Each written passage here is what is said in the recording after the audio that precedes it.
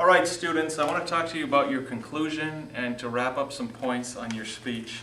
If you notice in your speech packet, following your introduction, obviously, is the body of your speech.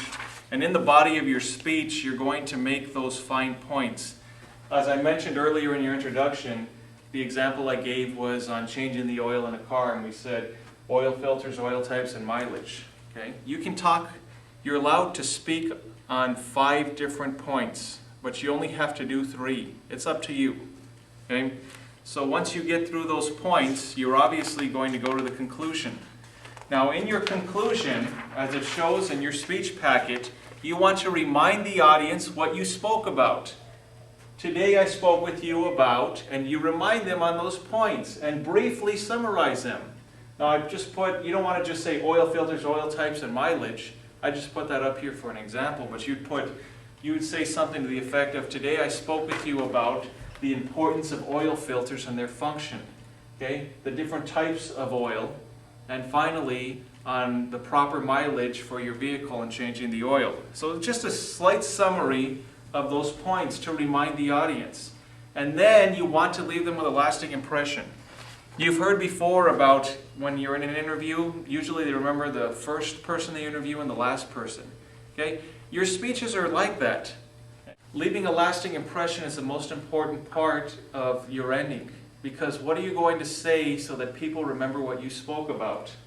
So when you leave a lasting impression, you can say, remember, if you take very good care of your car, it's going to last, it could last you for 500 to 1,000,000 miles. It could save you a lot of money. Okay? You could talk about startling statistics of the money you would put in if you didn't take care of your car.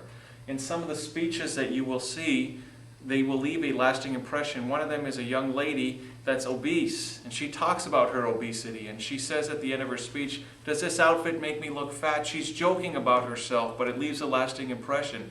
Another speech that you will see in our videos is the Kennedy assassination, where the lasting impression is, the government is hiding something from us, and until we know the truth, and maybe someday we'll know the truth about the JFK assassination, but until then, what else is the government keeping from us? She leaves a penetrating question at the end. But what would you say to leave a lasting impression on your audience? Now, I talked to you about your attention getter being a story. You could remind the audience of that story. Or you could give some of your story at the beginning and then finish the story at the end. In one of the speeches that you will see, the young lady talks about about a family at a funeral where the lady was killed because of a domestic violence incident. And then at the end of her speech, to leave a lasting impression, she talks about that person being her aunt. So that was a lasting impression where she reveals at the end that the person at the funeral was in fact her aunt. So ultimately, I've talked to you, and now I'm doing a review, aren't I? We've talked about your introduction and the importance of it. We've talked about the body, and we've talked about the conclusion.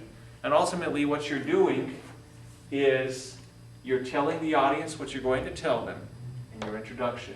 You're telling them. And then in your conclusion, you tell the audience what you just told them.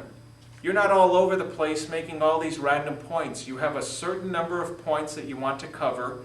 You introduce them, you tell them, and you remind the audience. You want to hit them with those points in different ways so they can remember certain things about your topic.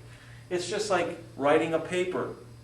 In a research paper, you would discuss in the introduction what you're going to talk about, and you would talk about it, and then at the end you would review those points.